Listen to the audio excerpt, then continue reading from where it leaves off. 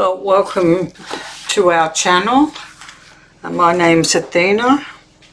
So I just wanted to talk about, I wanted to pop on quick and talk about this new covenant that God is going to make with his people, and it's starting this September 2025. So God is creating a new wineskin. So God's getting rid of the old wineskin by destroying Babylon, which was what held the old wine. God is collapsing that old wineskin. People are fleeing the current charismatic movement, not just the congregants, but also some of the leaders of the current charismatic movement.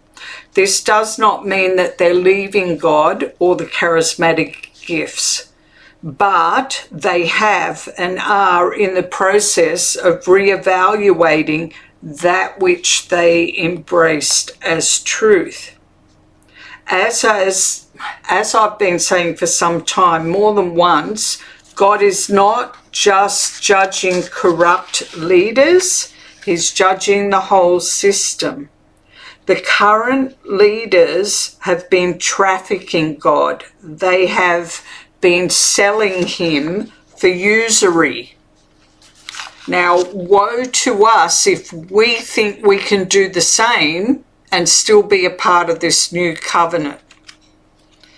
September 2025 will see a completion of 7 years of God judging the church. People think that it's only really been the last 2 years that God has really been judging and exposing corrupt leaders, ever since Mike Bickle's fall. But Mike Bickle was God's ace in the hand. Leaders were falling before that. People like Ravi Zacharias and Todd Bentley, other big people that were being exposed. But the church was ignoring God's warnings. They were ignoring the fact that God was doing this.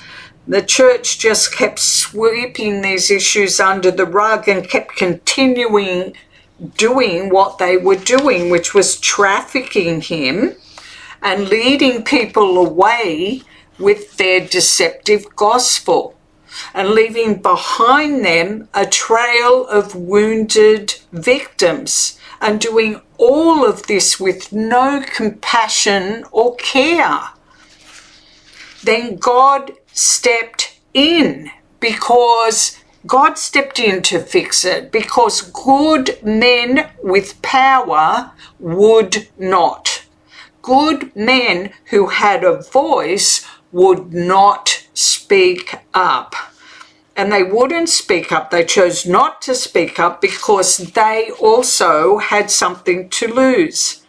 But God had Mike Bickle in his back pocket. And this shocked the church when God pulled out this ace. God is in control. He will not stop until the harlot Babylonian system is destroyed. More will fall even after September, but by then all will know who the harlot leaders are that are left, and those that follow them will do so with full awareness. I've also talked in the past about the 3 people groups of Revelations chapter 13. The first group are those who follow the Antichrist because they choose to as an act of their own volition. They do it in full awareness. Group 2 are those who are tricked or deceived into following the Antichrist. Now, these are the ones being shaken free from the Babylonian harlot system right now. And the third group are those who always refused to follow the Babylonian harlot system, and they paid for it. There was a price that they had to pay for doing that. Now, after this September, we will start to see this third group rise to leadership in God's kingdom. Now, I am irked to use that word leadership because it's been so corrupted by the Babylonian system. But they will actually be servants of the people. They will serve from underneath their foundational gifts. And this is how true leadership looks like in God's kingdom. They will be people of character. They will not be corrupt. They will not sell God for money. They will not have idolatry. They will not have idolatry. They will be 100% sold out for God. They will not sell him for anything. God will come first in everything with them. It always has. And Jesus has always been their firm foundation. Now, there are leaders now and those who have a voice and influence over the church still, even though they may be moving away from the current corrupt system because they've finally woken up and started to see its deceit.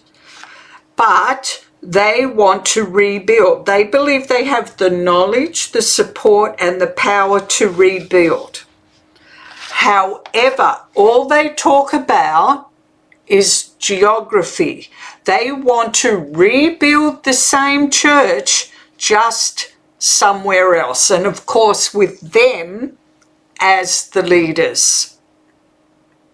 Now, just like 9/11, they want to rebuild the towers elsewhere and call it Freedom Tower.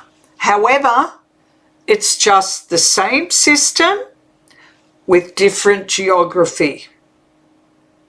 The truth is, God is going to rebuild his church. He will do it. He is the one that will gather his lambs that have been scattered. God isn't just going to build a new religious system. He is setting up his tabernacle with us, and it will be under a new covenant. I've called it the bride covenant, as in Revelations chapter 19, and also based on the symbolism of the Jewish wedding.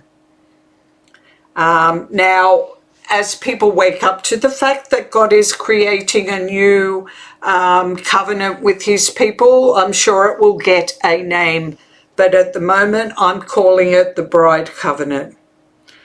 God will tabernacle with his people forever.